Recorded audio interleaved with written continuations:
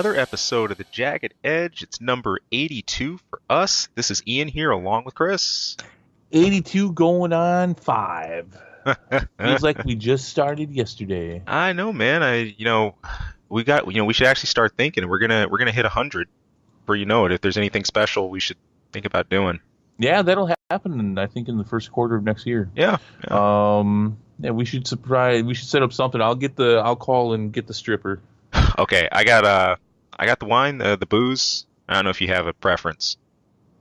No, not much for either, actually. But okay, that's well, all right. All right. That's all right. All right. It's all right. We'll get you a root beer. I want to tell you something. Yeah. I've got a story. Chris's story time. Yeah, well, no, it's not much of a story. So I was at Walmart the other night finishing up some shopping. I told you something about that. Right. I searched for the elusive $10 PlayStation Store gift card. Right. Because I already got him a present. I just want to spend 10. I don't want to spend 25 or 50. Anyway, so I'm going through the electronics over there, and one of the big things about Walmart's electronics, like there's like CDs and DVDs everywhere. They're everywhere. Yep. And so I'm kind of tone deaf to it at this point. But so they caught my eye, and I bought a couple DVDs, and they were like from $5 to $10. All right. So check this out. I got, and these are Blu-rays. These aren't DVD. They're Blu-rays. I got a Blu-ray of The Crow. Oh, yeah, mid-90s. Nice. Yeah, I haven't seen this movie in forever. $5. $5 Nice. for The Crow. Yeah. But and you think that's exciting enough, but my twisted mind, that's not excited enough. For $7.50, I picked up Scarface. Ooh. Yeah, Al Pacino with Scarface. That is one of the best movies. Yes. Ever. Love that movie. So good. The bad guy right there. Say hello to the bad guy. Yeah, so I'm gonna watch those. Other people they're watching cartoons and holiday cheer. I'm gonna be watching people dying. Yeah, meanwhile mountains of cocaine. Sounds about right, Chris. Drugs and death and prostitution and hey, Merry Christmas. Hey, Jingle bells. Revenge for the death of your love. That's Christmas for me. And of course, saying hello to your little friends. That's right. Say hello to my little friend. That's so good. I mean, Legendary. If you guys have not seen the early 80s Scarface, if you got some younger audience people, you need to see this movie. There's so much in pop culture, even now, 35 years later, just birthed from this movie. Yep. It's so good. It's so, and the same could be said for The Crow too, although that came out like 15 years later, something like that. But I mean, yeah, so good. I mean, I picked up a couple classics. I mean, normally when I go to Walmart, I'm not looking for anything culturally important. That's, in fact, you have to kind of close yourself off from that when you're at Walmart. You do. So, you do. If anything, I was expecting something more along the lines of Sharknado. Yeah, well, I think that's there too. Yeah. But yeah, so I'm looking forward to that. Merry Christmas to me. It's gonna be a holiday season of blood. Man, I mean, you're getting it in spades. The news of MK and everything else. Yeah, it's shaping up to be a good 2019. Yeah. So that's gonna be fun. So I just wanted to say picked up some good things. I like it. That's fun. All right. I like it. Okay, that's it for me. Well, you found your bargain bin, but you pointed out some pretty awesome trailers happening to on the big screen, and I gotta take a quick look at those. One of which is one of your all-time favorites. Yes. That's Godzilla. Trailer for King of the Monsters. This is the second trailer we've got for this, and this looks kicking. I thought this was pretty awesome. I mean, it's not just the throwbacks you have to classic Godzilla rivals and everything like that, but I mean, as far as scale, production value, just the whole feel they captured with this. There's nothing that, to me, checking this out, especially like a giant monster film, comes off as that's just cheesy, or that has like a goofy element to it. This is getting back to some bare bones classic stuff of why Godzilla is awesome. Yeah, So yeah. I mean, like I told you before the show, I want to go to the premiere of this in a Godzilla suit. I just want to sit. That's how much I want to show my support for my hero, my childhood hero, Godzilla. Just like, I mean, can you see me just sitting there with like a big thing of popcorn in a Godzilla suit and just like with a drink, and just like, and as soon as like he shows up, I'll just like throw my popcorn. yeah. Yeah, the funny thing about this trailer was that they opened it with the footage that they showed at E3 or Right. at E3 Comic-Con, that got panned because you could, in some of that footage, you could see the cameraman. Right. Right. You remember, yeah, and Right. I'm like, I'm surprised they're showing this again, because that's the first thing to remind me. It's like, they screwed up with the cameraman. I remember that. So I'm a little surprised that they showed that. Yeah, there wasn't. I mean, it was great to see another trailer. There's not a heck of a lot more here, but everything that's there is still awesome. Yeah, it is. With Godzilla and Mothra and Rodan and how do you pronounce this guy's name? I had it and no, King Ghidorah, the three-headed wyvern thing, and this is, I mean, yeah, we're getting some classic stuff now, and this is gonna be WrestleMania is what it is. This is gonna be great. It's the WrestleMania giant monster films. It is. That's what it better be too, except for none of their crappy writing. Just, yeah, I just want to see some big monsters throw down and just beat the crap out of each other for a while. And better than what they in the 2013 film was fine, but they did cut away from the fighting too much. Yeah. I just saw it again like a week ago, and there's like too many times where they cut away. It's like, no, what, he just put him in a headlock. I want to see it. And then they cut away to the humans. We have to get the nuclear bomb. Who cares about the nuclear bomb? Get back to the Godzilla fight. Yeah, no, this looks fun. Was there a story? I don't even remember. The biggest thing that I saw was like, oh, so he'll be our pet, and then the guy's like, actually, we'll be his pet. It's like, that's right. If anything, it looks like there's a lot of politics that come into play here. Debating, how to actually go about this whole situation. But as they do that, and obviously go into full scale military deployment, yeah, it's looking like the monsters are leading this more than what everybody else is hoping to control, which makes sense given the scale of all this. I'm most excited for Mr. Hydra, King Ghidorah. Oh my gosh, it looks amazing. It's gonna be good. It's gonna my guy. He looks so badass too. So my question here immediately comes up is, and I know we're covering a lot of Godzilla ground here, with especially with all the enemies we have. How many Godzilla movies worth of foes is it? Is this like 3 or 4 at least? Well, no, because I mean, they started out showing 1 or 2 monsters in each movie, but by the time they got into the 60s and 70s, it was like battle royals. Every freaking movie was like a battle royal because they had the suits made. So it was like, get in the suit. Well, he actually wasn't in the script. That's all right. We got the suit right here. Just throw him in there. It doesn't matter. I mean, it got nuts. In fact, this is actually kind of tame in comparison to some of the later end. I mean, there was like movies where it was just like whole islands of monsters and all of them fighting, and then you had little baby Godzilla, and for some reason, baby Godzilla could talk. What? And yeah, you don't know baby Godzilla? No, dude, I don't. Yeah, there was a little Godzilla, and he could talk to people. He was like there for the kids. Yeah, look at them. Oh my gosh, I'm gonna have to show you a picture of little Godzilla. Yeah, got it. Yeah. So who cares about the plot really? I just want to see Godzilla destroy some stuff. This is one that I think it gets a pass for a lot of standard things that we look for because of what it is. Yep. Cool. Very cool.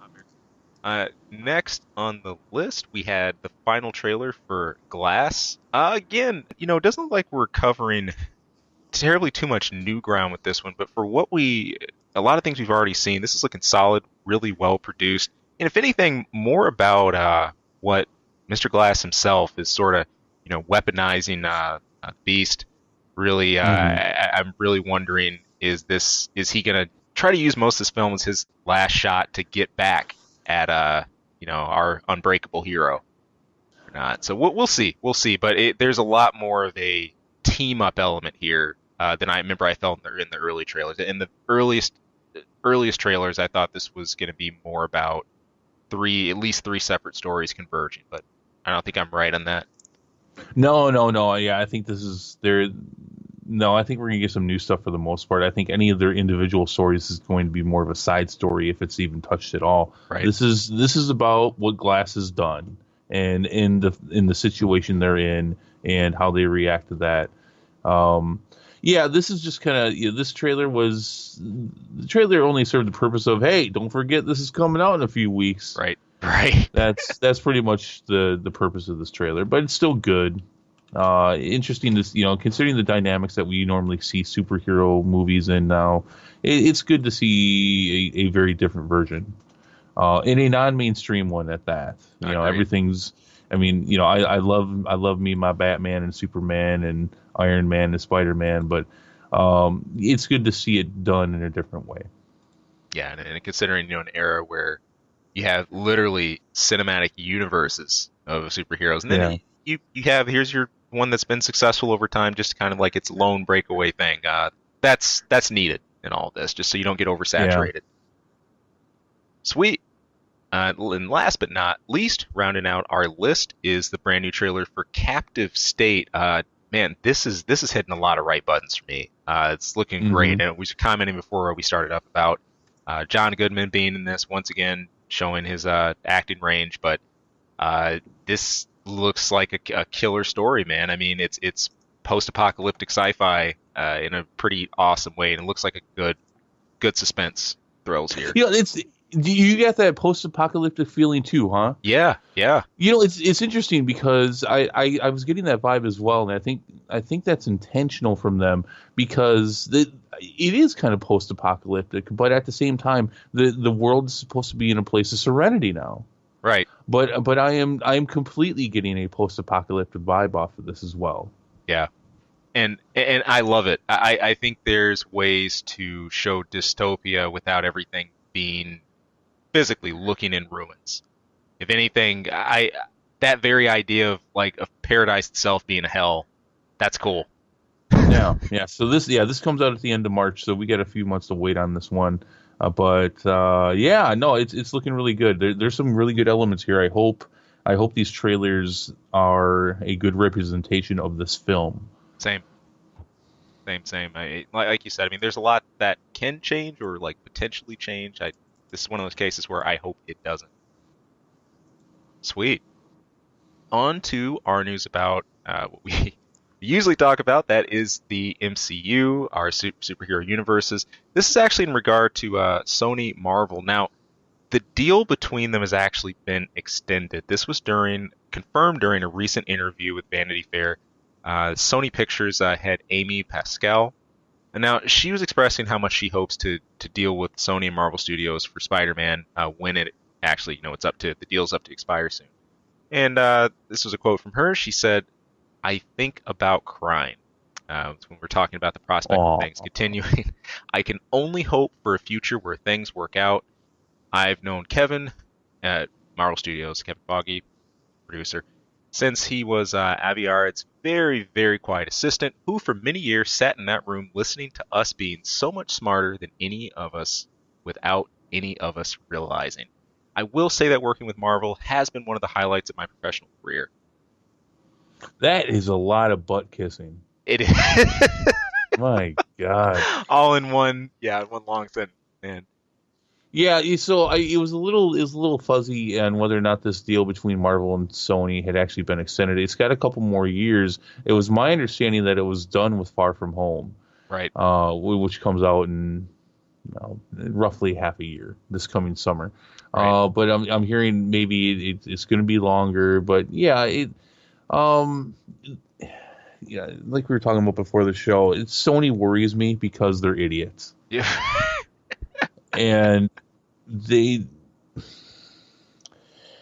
look whether it was legitimate. Well, no, not legitimate is not the right word. Whether it was done intentionally or not, they had a hit with Venom. Right. And I think that had a lot to do with what the character represents. Yep. And something being different, but kind of alongside MCU. I think that was the reason for the successes. I really think it had less to do with the movie itself, because the movie's not very good. Right. They got Venom right, but for the most part. But they have a thing here now, and they're going to move forward with it. They're going to be doing more anti-heroes, more villains from Spider-Man's past. Like I was saying before the show, I worry that they're going to say, "Hey, when we extend this deal, why don't we just shove our guys in there?" And hey, Venom's great, right? Everybody loved it. Not everybody loved Venom. I think people like the idea of that. Your film was kind of shit. So I worry about this now, because they do. Sony has control of Spider-Man, right? And I mean, I don't know, man. I don't know.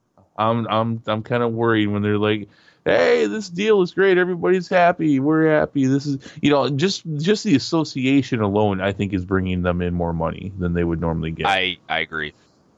And yeah, there's a just don't screw it up, Sony. There's a proximity here that, of course, they can't help but benefit from. I mean, besides Venom, the Spider-Man name has been so close in Sony films for a while, and of course, people are well-adjusted. They know, we're off the Andrew Garfield, we're off the Tobey Maguire era, of course, but you start looking between the two, and I think people can't help but sort of make some automatic links and a few jumps and stuff like that. So I'm very concerned too. This was a heyday. I was so happy seeing Spidey come to the MCU, seeing him handled in awesome hands as he should be. I'll never forget how happy I was when he first popped up in Civil War. That was a moment. In the way that's referenced, of course, in Far From Home and everything. I don't know, man. It could be the end of a very short golden era, though. Yeah, I hope not, though. I worry, because Sony, they've got a hit on their hands. Yeah. Right? Right or wrong, they've got a hit on their hands, and once they have that, then I just worry that egos are going to go nuts. Yep. And someone's going to screw it up. Ugh. Oh well. Yeah. We can hope. So, it's kind of nice to hear Amy Pascal say, "Oh, I'd start crying if this broke up," but that doesn't mean that she's saying we will do whatever we can to make sure it doesn't. Exactly. Those are two different things. Key difference. Well, I don't know about you, man. Maybe it'll put your mind at ease talking about something we know is shaping up bad, at least from the looks of it. In situations like this is where I'll normally say I called it, but this is the easy one. This is okay. This is one that we've questioned since the start. That just, we were asking, how's this going to be done? We were looking at the Sonic film specifically, and we've just in this last week or so, we've had some brand new images come out. We've seen the first promo pictures, one of which is a silhouette of Sonic against it's kind of like a blue light in the background with just the rest covered in black, and we see some details. You can see a little bit the outline of his body, some of his blue fur, and then like the speed shoes, and like a little electric field surrounding him. The speed theme, all that good stuff. Internet reacted pretty quick to this, and immediately what just threw me off were the humanoid curves you have here, the musculature, like in the legs, like defined calves, defined hamstrings and everything. I'm like, whoa, wait. I mean, I know we're going for this whole semi-realistic feel and everything like that, but what I expected to harp on more were choices like what they were going to do with the shoes and things like that, because there's not a whole lot to Sonic. I mean, you got the shoes, you got the big fluffy socks, and you got the ridiculous oversized gloves. Now, mind you, even without the socks, that whatever. I'm actually okay with the shoes. We can't really see the hands yet. I'm going to be even more bugged out if it's like a human-style hand, but this looks weird. Well, I'm looking at the picture right now, the silhouette. Yeah. It does look like he's only got 4 fingers. Yeah.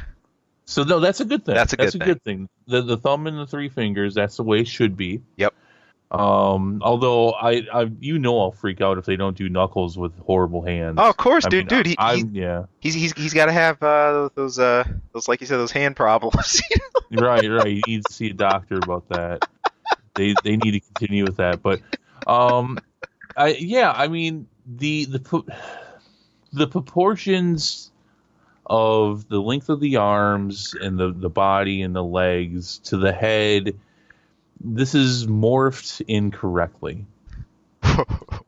This looks, because it looks like a midget with a giant head. Pretty much. And that's not what it's supposed to be. No. I'm sorry, a little person. No, dude, you're right. You know what? No, screw it. Yeah, midget. I'm gonna keep saying midget. Sonic short. Yeah, but it looks like somebody who's wearing a cosplay mask or cosplay helmet or something. it looks awful. It looks awful. And we had a second image about him being like on top of a bridge, sort of like looking back on his own. He's moved so fast, obviously he's still watching like the after image of his own trail, and you get this image where you see kind of like knees down. It's just like his legs. He's just hanging out like on top of a bridge or something, and you have more details on that. Yeah, it's. Is he wearing blue jeans? I wish they were jeans. They're not jeans. It's so stupid. What are they? Leggings? What are they? No, that's just like his legs. That's his legs. Straight up. So it's the major response I've heard to this is the whole furry theme, running strong. But there's something I can't help but laugh about when I think back to the old Archie comics for Sonic. So if any of you listening dare to dive into this side of Sonic lore, be warned, okay?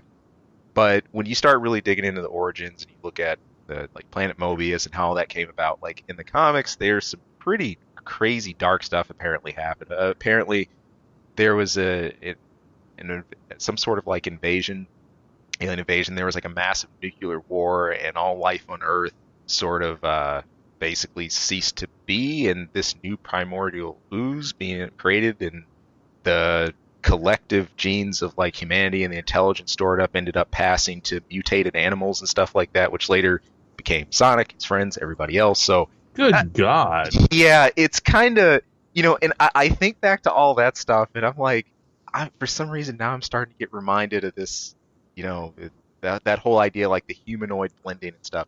Look, even in the games where they tried to put Sonic side by side, people, I'm thinking Sonic Unleashed and some of those, it always felt weird.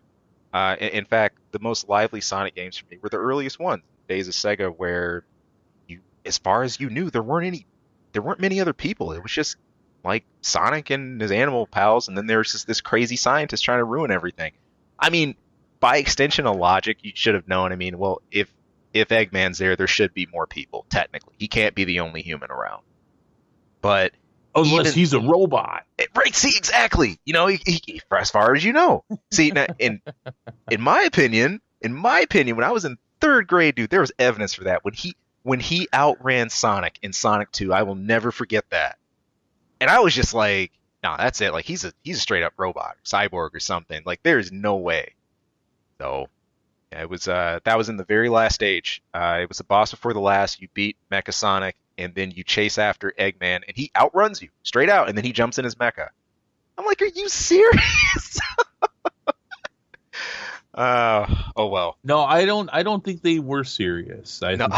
Which is ironic, because now somebody is trying to make a serious adaptation about this, and it's like, this is hard. That's because you shouldn't do it. You just can't make it look right. It's because it's, look at him. Look at Sonic. Look at this guy. The best you can hope for is the Who Framed Roger Rabbit scenario. I agree. But you're not getting that. No, it's, yeah. If I didn't have the warning flags on full about this before, they're full sail at this point. I'm very worried about this. Oh, see, now, yeah, those things, movies like this are, I mean, they're so bad, they're fun sometimes. That's the thing, and this might just become that. Uh, I think so. I think so. oh well. So, Yeah, well, these pictures are horrible. You know, and I think they released these as kind of a test the waters kind of thing. yeah, So that doesn't necessarily mean they'll end up changing anything, but yeah, these are yeah. bad. Poking the bear, seeing what's up. This is still slated for late next year. I think was November 8th. November, yeah, something like Yeah, that. yeah. Just in time for Thanksgiving. Well, happy Thanksgiving to you too. Yeah. Oh well.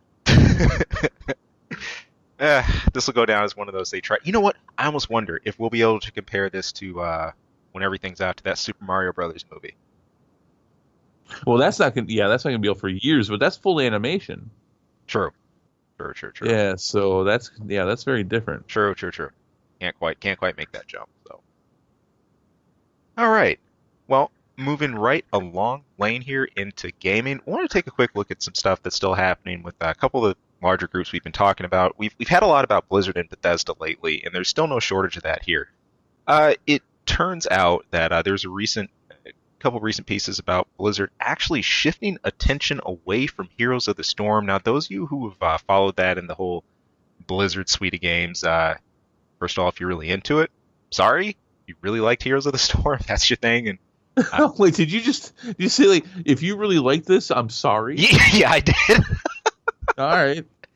And I know how that sounds. I don't say that to like knock it, as in like kill it, but this just doesn't bode well for the future of it. In fact, there's an official posting as well that Blizzard made on their site on the 13th, and I'm not going to quote uh, I'm not going to quote too much of this basically, but I do want to at least point out some of the keys from this near the end of the article. Here you go.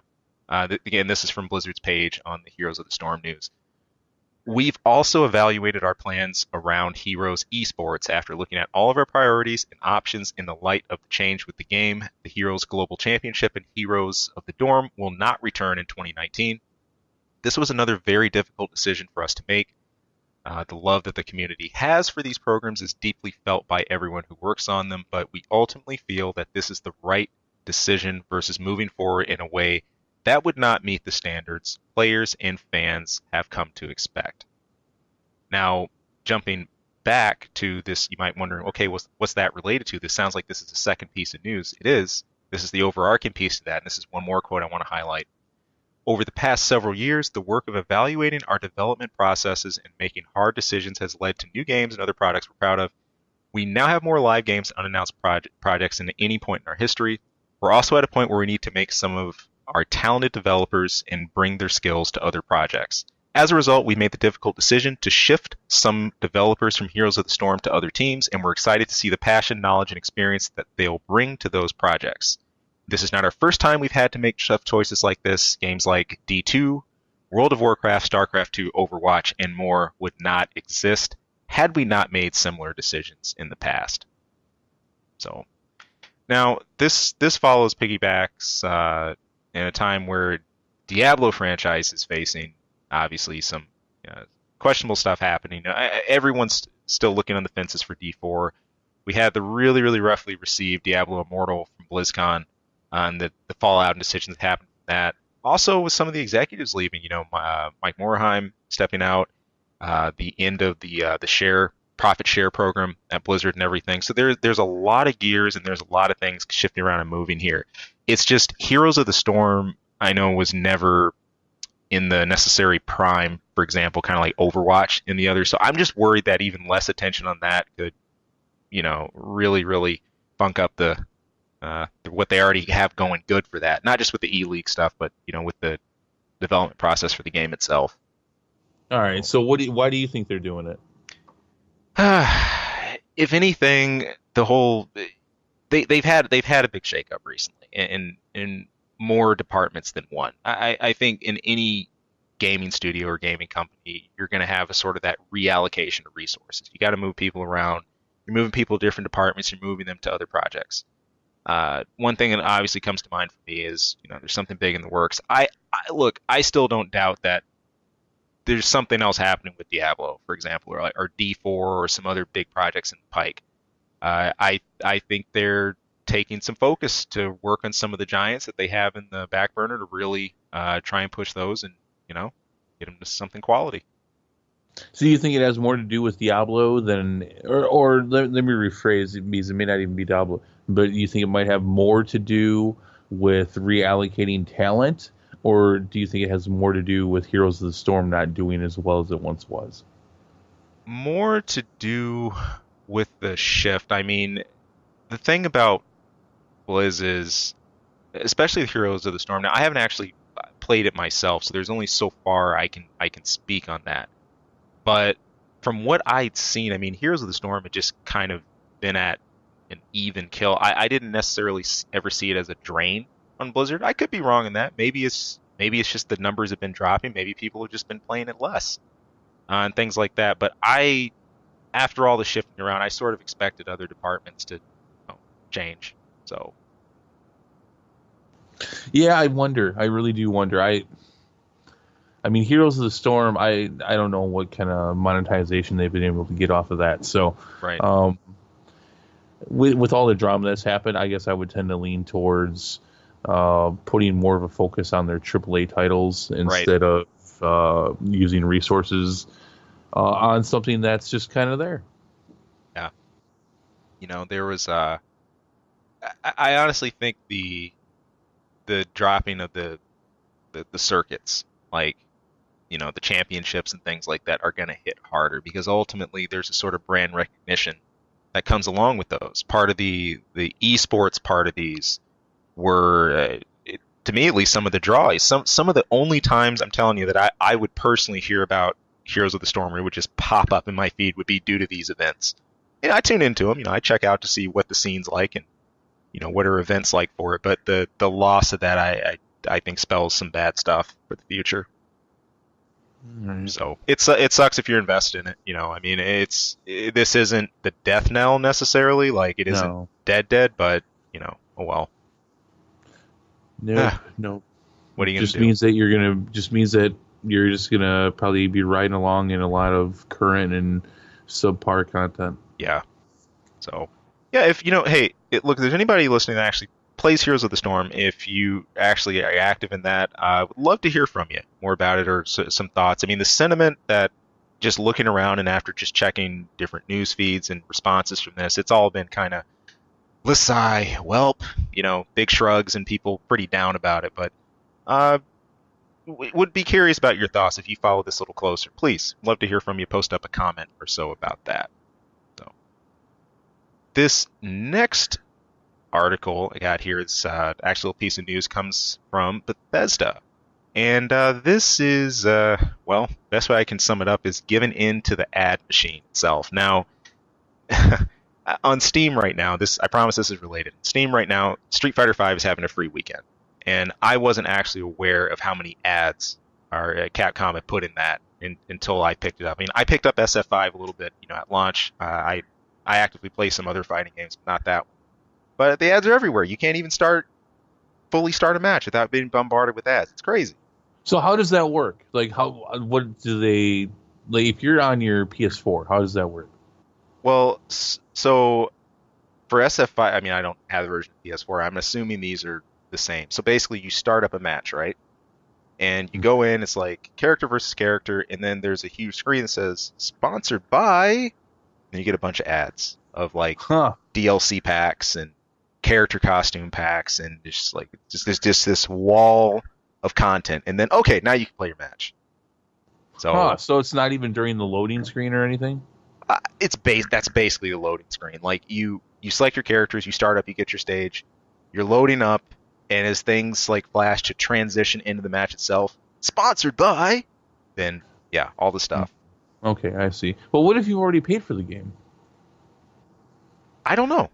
If you've actually, well, you mean wait, not the game. You mean if you've already paid for the DLC? Yes, I'm sorry. Yeah, that's a good question. If you've already bought all of it, I mean, maybe not. That'd be hilarious if it went away. You have to deal with that too. That's interesting. Yeah, it threw me off because that's not something I'm used to seeing in fighting games at all. Yeah, but so Bethesda's doing this though. Yeah, I'm looking at something a little sketchier here. So, all right. Bethesda, you say that name, you instantly think stuff like Fallout 76, potentially Rage Doom. 2, Doom, yeah. Doom. But there have been there's been some issues recently with the ads. So there's a umbrella that Bethesda operates under, which is called ZeniMax. And the worry here with this ad issue that's just come out is that Bethesda themselves might have just breached what's called the GDPR. That's the General Data Protection Regulation, uh, to push these ads for ZeniMax products everywhere. Now, the this has been discussed on the official Reddit and whatnot, and there have been some really important comments on this. But basically, the the ads themselves, as they're pushed, users automatically opt into seeing these ZeniMax related ads on other websites, which should be a major no-no. I mean, according to the basic rule, if you're it's one thing if you're within a certain service of products and you're viewing the different ads associated with that, but then when you hop elsewhere, you've automatically checked a box saying I want to see this other places I go, no matter what. I mean, no, it's wild. And that's really an aggressive form of advertising. This isn't something that I think is foreign to Steam necessarily. You've seen it there too, and you've seen it pop up. The concern about this is that it's basically giving consent to send your info to third parties, unnamed, by the way, and then having that have an impact on what you see on other websites. And then there's really no guarantees, on how your data or the things you're submitting are actually being handled or what's being looked at. It's at a rocky time for it to happen, I think, with some of the talk that's been surrounding Fallout and everything like that. But yeah, for once, this isn't loot crates. This is just really weird handling info. Yeah. Oh, I mean, All right. can you think of something you've played or just you've hit on PS4, Chris, that I mean you just got bombarded by ads? Nothing else really Nothing. comes to mind for me. Yeah, yeah. Nothing.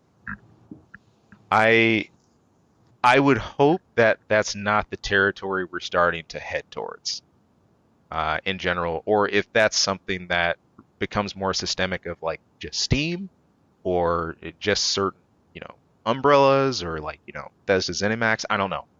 But it's not something I personally want to see. Oh, Yeah, same. yeah. Knock it off. Please stop. Knock it off. Oh, man. But other than that, I think it's time for an info minute.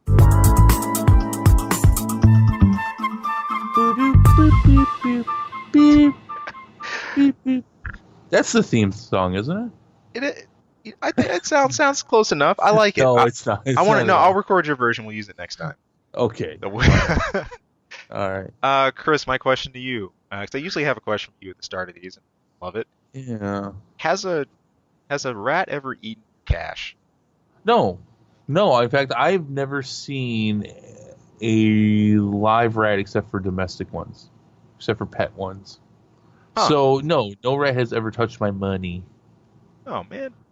Well, it's a shame. Well, you wouldn't have had the pleasure that a certain bank actually had recently in India with a rat that actually ate $10,000 worth of cash and promptly died in an ATM. Well, I would. Yeah. In an ATM. Okay. Yeah. So there's multiple issues here. I was going to say the ink probably used for money after eating $10,000 worth would probably be enough to kill an animal, but it sounds like suffocation had something to do with it too. Yeah, yeah, just kind of. Imprisonment in general. That's wild, man. This rat was found in Assam state in India. It basically squeezed its way into an ATM and destroyed the amount was actually 17,662 rupees. I'm sorry, I was off in my initial figure. It's actually up a little bit, amount of dollars that's worth. But yeah, he got in, and this was a report from Reuters. The technician finally opened the thing up, and yeah, he ate and tried to make himself a little nest, and with minced up money, and died immediately. It's just kind of funny that it got through the camera itself. But they were having problems with this ATM for days, where it was like shredded and The problems with the kiosk and people couldn't get it, to actually like work right or like get their cash out. Well, there's your answer. I've always heard about their like crazy appetite or just really open appetite, but not to that degree. I honestly didn't know they chew up cash like that. Like, well, yeah, I mean, it sounds like he was probably doing what he could to survive. right, Right. What's a rat going to do with money other than try to make a home out of it and eat it?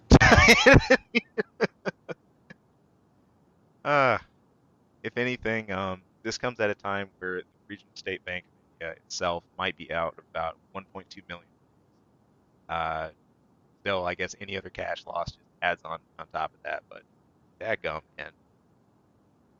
I wonder if there's some kind of sanitary issue along with that too. It's affected. Yeah, I think so. Yeah, I'd imagine. Plague and everything. But that was a long time ago, obviously. But yeah, I mean, the rats can carry all kinds of diseases that they're immune to that we are not. As evidence in the past. That's still a real thing. Yeah. So I don't get rats as pets. I never have. I've had friends that have had rats as pets. And the rat. Yeah. You were commenting on that. I was gonna actually say something about it. I'm surprised too. That to me that's up there when you hear like possums as a pet. I never understood that one either. Ew. I mean, yeah, they're gross and mean. Those things are mean. Like that's why I'm shocked somebody would take one of those in. So possums, and then what's the other one? I think raccoons falls in that list too. But yeah, I don't buy the raccoon thing too much. I mean, obviously, I think some people have for one reason or another ended up with tame raccoons, but in large part, I don't get that as a pet one little bit. No, ain't the only one. So shoot. Well, that's gonna do it for us for this week. So that's it. That's it. That's all we got. Hey, thank you all for tuning in. If you've hung with us all the way towards the end, we appreciate you listening. We'd love if you could stay tuned right here for not only our weekly show, but our reviews, also our Let's Plays that we're going to keep cranking out to the best of our ability. Hey, listen, too. Hey, likes, any comments, subscribes, or hey, just what's up? You want to post a comment on what you dislike? Hey, listen, it all helps us out. We love hearing your feedback, and we want to keep cranking this stuff out for you the best we can. So, yeah. But until next time, stay tuned right here. You guys all have a great weekend, and happy holidays to you. Peace. Hey people, thank you for tuning into this episode and taking a listen. If you like our content, if you like what you're listening to, or anything we go over, hey, please, we would not only love to hear more from you, but it's great if you could throw some support. You can subscribe right below. Also, you can toss us a line anytime. That's ksawmedia@gmail.com. Of course, you can tune in for our channel anytime for movie reviews, game reviews, a lot of random wacky stuff. Who knows what you'll hear. And of course, our episode each week where we're bringing the nerdiest things we can find, dig up, and maybe not find. Maybe the stuff that just drops in our laps. But anyway, hey, thank you so much for tuning in. Thank you for listening. We hope to hear from you again later. Take care.